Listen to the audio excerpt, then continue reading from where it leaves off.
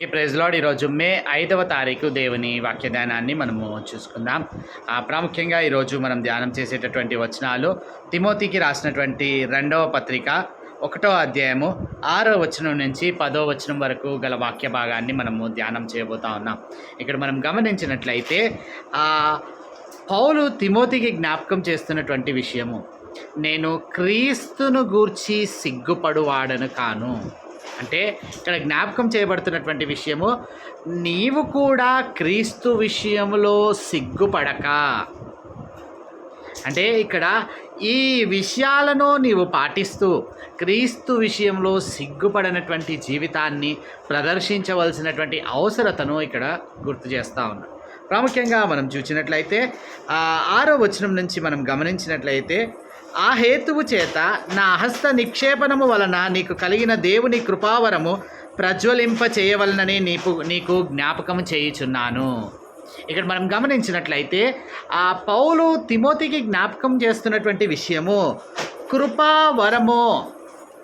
ఇక్కడ మనం గమనించాల్సినటువంటి విషయం ఏంటంటే, దేవుడు నేటి దినాన ప్రతి ఒక్క వ్యక్తికి వివిధమైనటువంటి తలాంతులను ఇవ్వడము మనం చూడగలుగుతూ ఉంటాం. వాటినే ఇక్కడ కృపావరములుగా పరిగణించబడుతున్నట్లుగా మనం గ్రహించాలి. అక్కడ మనం గ్రహించాల్సినటువంటి విషయము, దేవుడు ఏ ఏ కృపావరములను నీకు ఇస్తా ఉన్నాడో వాటిని ప్రజ్వలింపజేయవలనని, రెన్యూ యువర్ గిఫ్ట్స్ అని అక్కడ జ్ఞాపకం చేస్తూ ఉన్నాడు.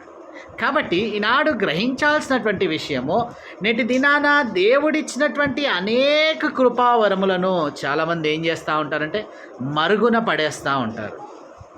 కాబట్టి ఇక్కడ జ్ఞాపకం చేయబడుతున్నటువంటి విషయము, క్రీస్తును గురించి సిగ్గుపడని వాడుగా ఈనాడు నిలబడగలగాలి అంటే మొదటగా గ్రహించవలసినటువంటి విషయము, మీ యొక్క కృపావరములను ప్రజ్వలింపచేయాలి. కాబట్టి ఇక్కడ గ్రహించాల్సినటువంటి విషయము, ఆ వాక్యపు జ్ఞానము విషయంలోనే, లేకపోతే దేవునిని ఆరాధన చేసేటటువంటి విషయములలో, ఇంకనూ మనం అక్కడ గ్రహించినట్లయితే అనేకమైనటువంటి క్రియారూపకమైనటువంటి విషయంలో మనల్ని మనం ఏం చేసుకోవాలంటే ఇక్కడ ప్రజ్వలింప చేసేటటువంటి విధముగా ఆ కృపావరములను మనం ఇక్కడ వాడుకోవాలి. ఆశ్చర్యకరమైనటువంటి విషయం ఏంటంటే, ఈ తలాంతులను, ఈ కృపావరములను వ్యర్థమైనటువంటి విషయాలకు వారు వాడుతుండడం మనం ఇక్కడ చూడగలం. కాబట్టి దేవుడు ఇక్కడ తిమోతికి జ్ఞాపకం చేస్తున్నటువంటి విషయము పౌలు ద్వారా మనము జ్ఞాపకం చేసుకున్నట్లయితే, నీకు కలిగినటువంటి దేవుని కృపావరము అయ్యా నీవు తిరిగి ప్రజ్వలింపజేసేటటువంటి విధముగా నీకు జ్ఞాపకం చేస్తూ ఉన్నాను. మొదటి విషయము, మీ యొక్క కృపావరములను ప్రజ్వలింప చేయడం గురించి ఇక్కడ జ్ఞాపకం చేయబడతా ఉంది. రెండో విషయాన్ని మనం ఇక్కడ గమనించినట్లయితే 7వ వచనాన్ని మనం చదువుకున్నట్లయితే, దేవుడు మనకు శక్తియు ప్రేమయు ఇంద్రియ నిగ్రహమును గల ఆత్మను ఇచ్చెను గాని పిరికితనము గల ఆత్మను ఇయ్యలేదు. ఈ విషయాలను మనం ఇక్కడ గుర్తించాలి. ఇక్కడ నీకున్నటువంటి స్థితిగతులను, లేకపోతే నీవు కలిగి ఉంటున్నటువంటి ఆ పరిస్థితులను, నీకు ఏవైతే అక్కడ రిసోర్సెస్ ఉంటున్నాయో వాటినే నీవు అక్కడ వాడుకుంటూ ముందుకు కొనసాగవలసినటువంటి అవసరతను ఇక్కడ జ్ఞాపకం చేస్తుంది. చాలామంది ఏం చేస్తారంటే వారికి ఉండేటటువంటి ఆ మూలాలను, లేకపోతే వారికి ఉండేటటువంటి ఆ అవకాశాలను వదిలేసి కొత్త అవకాశాల కోసం ఎదురు చూస్తూ ఉంటారు. ఉన్న అవకాశాన్ని పూర్తిగా సద్వినియోగపరుచుకున్నారు, కానీ వేరే అవకాశాల కోసము, ఇతరత్రమైనటువంటి రిసోర్సెస్ కోసం ట్రై చేస్తూ ఉంటారు. ఇక్కడ అందుకనే దేవుడు జ్ఞాపకం చేస్తున్నటువంటి విషయం, దేవుడు మనకు శక్తి, మన రిసోర్సెస్, లేకపోతే మనకుంటున్నటువంటి ఆ ధైర్యంనిచ్చే మూలాలు ఏంటి అనేది కనుక ఇక్కడ మనం ఆలోచించినట్లయితే, ఆయన మనకిచ్చినటువంటి శక్తి, ప్రేమ, ఇంద్రియ నిగ్రహము గల ఆత్మ మనకిచ్చాను కానీ పిరికితనము గల ఆత్మనియలేదు. కాబట్టి ఈనాడు మన రిసోర్సెస్ ఏంటి అనేది కనుక మనం ఇక్కడ ఆలోచించినట్లయితే ఆయన ప్రేమ, ఆయన శక్తి, ఆయన మనకిచ్చినటువంటి ఆ ఇంద్రియ నిగ్రహము గల ఆత్మ, అక్కడ చిన్న అక్షరాల్లో కనుక మనం చూసిన స్వస్థ బుద్ధియు గల ఆత్మను. కాబట్టి ఈ రిసోర్సెస్నే మనం వాడుకోవచ్చు, ముందుకు కొనసాగాలి. అంతేగాని లేని వాటి కోసం ప్రాకులాడుతుండడం. ఈనాడు నేటి దినాన క్రైస్తవ బోధ ఎట్టి విధముగా అంటే ఏదో అరచేతిలో వైకుంఠమును చూపిస్తూ వారి యొద్దకు రప్పించుకునే మనవాళ్ళు కూడా గుడ్డి గొర్రెల్లాగా ఏంటనంటే వాటినే అంటే అవే అసలైన రిసోర్సెస్ అని అనుకుంటా ఉన్నారు. కానీ ఇక్కడ దేవుని వాక్యం సెలవిస్తున్నటువంటి విషయాన్ని మనం జ్ఞాపకం చేసుకోవాలి. నీ సంఘములోనే, నీ ఉంటున్నటువంటి చోటనే దేవుడు నీకు ఇస్తున్నటువంటి ఆ రిసోర్సెస్ను, ఆ మూలాలను ఇక్కడ నీవు జ్ఞాపకం చేసుకో. ఆయన ప్రేమ, ఆయన శక్తి, ఆ ఇంద్రియ నిగ్రహము గల ఆత్మ. అయ్యా తిమోతి, ఇతరత్రమైనటువంటి విషయాల పట్ల నీవు దృష్టించకు, వీటినే నీవు జ్ఞాపకము చేసుకో అని తెలియజేస్తూ ఉన్నాడు. అంత మటుకే కాకుండా ఇంకా అక్కడ చెప్పబడుతున్నటువంటి మూడో విషయం, మొదటి విషయం మనం ఇక్కడ గ్రహించినటువంటి విషయము, నీకు ఇవ్వబడినటువంటి కృపావరములను నీవు రెన్యూ చేసుకోవాలి, ప్రజ్వలింపజేసుకోవాలి.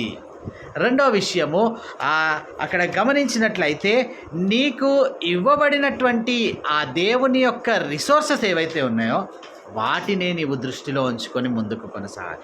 మూడవదిగా ఇక్కడ మనం గమనించినట్లయితే నీకు వస్తున్నటువంటి ఆ శ్రమలను నీవు అంగీకరించేటటువంటి వాడవుగా నీవు ఉండాలి. చాలా సార్లు మనం గమనించేటటువంటి విషయం ఏంటంటే చాలామంది వారికి కలిగేటటువంటి శ్రమలను అంగీకరించలేనటువంటి స్థితిలో నాకెందుకు కలిగింది అని అనుకుంటా ఉంటాడు. 8వ వచనంలో అంటాడు, కాబట్టి నీవు మన ప్రభువు విషయమైన సాక్ష్యంను గూర్చి అయినను ఆయన ఖైదీనైన నన్ను గూర్చి అయినను సిగ్గుపడక దేవుని శక్తిని బట్టి స్వార్థ నిమిత్తమైన శ్రమానుభవంలో పాలివాడవై ఉండము. యాక్సెప్ట్ యువర్ సఫరింగ్ అని ఇక్కడ తెలియజేస్తావు. నీకు వచ్చేటటువంటి శ్రమను నీవు యాక్సెప్ట్ చేయి, అంగీకరించు. ఇది నాకు రావాల్సింది కాదు అని అనుకోవద్దు. నేటి దినాన ఇక్కడ క్రైస్తవ్యం లేదా క్రీస్తును ఎరగడము లేదా ఆయన సొంత రక్షకునిగా అంగీకరించడం చాలామంది ఏమనుకుంటా ఉంటారంటే ఆ పూలబాట అని అనుకుంటా ఉంటారు. కాదు, ఇక్కడ ఖచ్చితముగా శ్రమల బాట అని ఇక్కడ జ్ఞాపకం చేసుకో. అందుకనే తిమోతి ఇక్కడ శ్రమానుభవములో పాలివాడవై ఉండుము అని జ్ఞాపకం చేస్తూ ఉన్నారు. కాబట్టి ఇక్కడ స్పష్టంగా గుర్తించాల్సినటువంటి విషయము, ఆ శ్రమ కలుగుతుంది, దాన్ని నీవు అంగీకరించాలంతే. దాంట్లో ఇంకా రెండో ఆప్షన్ లేదు. చివరిగా అంటాడు, నీ పిలుపును నీవు జ్ఞాపకం చేసుకో. ఏ పిలుపు కొరకు నీవు పిలువబడితివో దానిని నీవు జ్ఞాపకం చేసుకో. 9వ వచనం, మన క్రియలను బట్టి కాక తన స్వకీయ సంకల్పమును బట్టి అనాది కాలంలోనే క్రీస్తు యేసునందు మనకు అనుగ్రహింపబడినదియు క్రీస్తు యేసును మన రక్షకుని ప్రత్యక్షత వలన బయలుపరచబడినదియునైనా తన కృపను బట్టి మనలను రక్షించి పరిశుద్ధమైన పిలుపుతో ఆయన మనలను పిలిచెను. ఆ క్రీస్తు యేసు మరణము నిరర్ధకము చేసి జీవమును అక్షయతను సువార్త వలన వెలుగులోనికి తెచ్చెను. ఈ విషయాన్ని ఇక్కడ మనం స్పష్టంగా గుర్తించాలి. అయ్యా, ఎట్టి పరిశుద్ధమైన పిలుపుతో నీవు నేను పిలువబడ్డామో అట్టి దేవుని కృప ఆయన ప్రత్యక్షత వలన మనకిచ్చాడు. ఆయన సంకల్పము చెప్పున అనాది కాలంలోనే క్రీస్తు యేసు ద్వారా మనకి దాన్ని అనుగ్రహించాడు. కాబట్టి అట్టి పరిశుద్ధమైన పిలుపును నీవు జ్ఞాపకం చేసుకో. ఆలోచించాలి. నేటి దినాన అనేక మంది వారి యొక్క పిలుపును గ్రహించక దారి తప్పిపోతున్నటువంటి విశ్వాసులు అనేకులు ఉంటా ఉన్నారు, సేవకులు అనేకులు ఉంటా ఉన్నారు. కాబట్టి నువ్వు ఏ పిలుపుతో పిలువబడ్డావో ఆ పిలుపును జ్ఞాపకం చేసుకో అని అంటావు. ఈ పాయింట్లో ఒక ప్రశ్న కనుక వేస్తే, ఈరోజు నీ పిలుపు ఏంటి? ఎప్పుడైనా దేవుని సన్నిధిలో నా పిలుపు ఏంటి, ఎందుకొరకు దేవుడు నన్ను ఈ లోకంలోనికి పంపించాడు, ఆయన నా పట్ల కలిగి ఉంటున్నటువంటి ఉద్దేశ్యములు ఏంటి అనేటటువంటిది ఎప్పుడైనా ఆయన సన్నిధిలో కనిపెట్టావా? స్పష్టంగా ఆయన సన్నిధిలో నీవు కనిపెట్టినట్లయితే అట్టి విషయాలు దేవుడు బయలుపరుస్తాడు. ఆ పిలుపుకు తగినటువంటి జీవితాన్ని నీవు ఈ లోకంలో ప్రదర్శించేటటువంటి స్థితిలో ఉండగలుగుతావు. కాబట్టి క్రీస్తును గురించి సిగ్గుపడకుండా ఉండాలి అనంటే ప్రాముఖ్యంగా మొదటగా గుర్తించాల్సినటువంటి విషయాన్ని ఇక్కడ మనం జ్ఞాపకం చేసుకున్నట్లయితే, మొదటి విషయం అక్కడ చెప్పబడినటువంటి విషయము నీ యొక్క కృపావరములను ప్రజ్వలింపజేసేటటువంటి విధముగా ముందుకు కొనసాగడం. నీకు ఇస్తున్నటువంటి తలాంతులు చాలామంది ఏం చేస్తారు, మరుగున పడేస్తూ ఉంటారు. పాట పాడడమే కావచ్చు, లేకపోతే వాక్యాన్ని ధ్యానించడమే కావచ్చు, లేకపోతే ఇతరత్రమైనటువంటి పనులు సంఘంలో పనులు చేసేటటువంటి ఆ సహాయాలలోనే కావచ్చు, ఏ విధమైన పనైనా కావచ్చు. కాబట్టి నీకు ఇవ్వబడుతున్నటువంటి కృపావరమును నీవు ఈనాడు ప్రజ్వలింపజేసుకోవాలి. రెండవదిగా ఇక్కడ మనం గ్రహించినట్లయితే మనకి ఇవ్వబడుతున్నటువంటి ఆ మూలాలు, ఆయన ప్రేమ, శక్తి, ఇంద్రియ నిగ్రహము గల ఆత్మనిచ్చాడు, కానీ పిరికితనము గల ఆత్మని. చిన్న చిన్న వాటికి కూడా ఏం చేస్తూ ఉంటారు, భయపడతా ఉంటారు. చిన్న చిన్న వాటికి కూడా అక్కడ ఎంతో భయపడడం. మనం అట్లాంటి పిరికితనం గల ఆత్మనియ్యలేదు దేవుడు. ఎట్టి ఆత్మనిచ్చాడో మనకి ఇక్కడ తెలియజేస్తాం. కాబట్టి ఆ రిసోర్సెస్ను నీవు ఇక్కడ జ్ఞాపకము చేసుకోవాలి. మూడవదిగా మనం గమనించినట్లయితే అక్కడ చెప్పబడినటువంటి విషయము నీ యొక్క ఆ శ్రమలను నీవు అంగీకరించేటటువంటి స్థితి.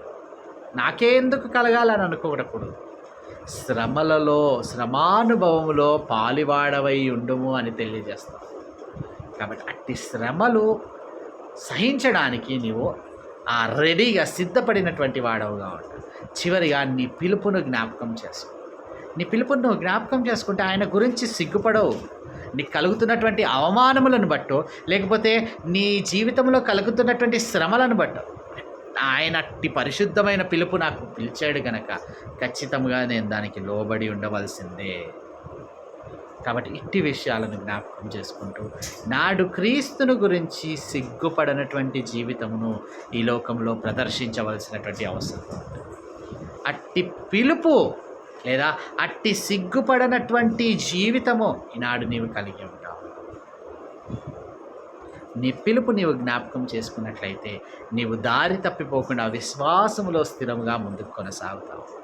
ప్రార్థన చేస్తాను. అత్యంత కృపగల దేవ, ఈనాడు క్రీస్తును గురించి సిగ్గుపడకుండా ముందుకు కొనసాగవలసినటువంటి అవసరతను మాకు జ్ఞాపకం చేస్తాం. అయ్యా, మా కృపావరములను రెన్యూ చేసుకోవడం, అయ్యా తండ్రి దేవా, మరి ముఖ్యంగా మాకు ఇవ్వబడుతున్నటువంటి రిసోర్సెస్ ఏవైతే తండ్రి దేవా అయ్యా ఆ మూలాలు ఉంటా ఉన్నాయో, నీ ప్రేమ, నీ శక్తి, అయ్యా మాకు ఇంద్రియ నిగ్రహము గల ఆత్మనిస్తున్నావు, కానీ పిరికితనము గల ఆత్మనియలేదు. అట్టి రిసోర్సెస్ను మేము గుర్తుంచుకున్న వారమై అయ్యా మాకు కలిగేటటువంటి శ్రమలలో అయ్యా మేము ముందుకు కొనసాగడానికి, అయ్యా క్రీస్తు యొక్క ప్రత్యక్షత కొరకే ఇట్టివి మాకు కలుగుతున్నాయని జ్ఞాపకం చేసుకొని ముందుకు కొనసాగుటకు మీ కృపను అయ్యా మీ కృపలో మమ్మల్ని భద్రపరచు. ఆ పరిశుద్ధమైన పిలుపు ఏమిటో, మా విషయంలో నీ ఉద్దేశములు ఏమిటో ఎరిగినటువంటి వారమై ముందుకు కొనసాగటానికి మీ కృపలో భద్రపరచుకోవడం యేసు నామములో ప్రార్థించి అడిగి వేడుకుంటున్నాం తండ్రి. ఆమేన్.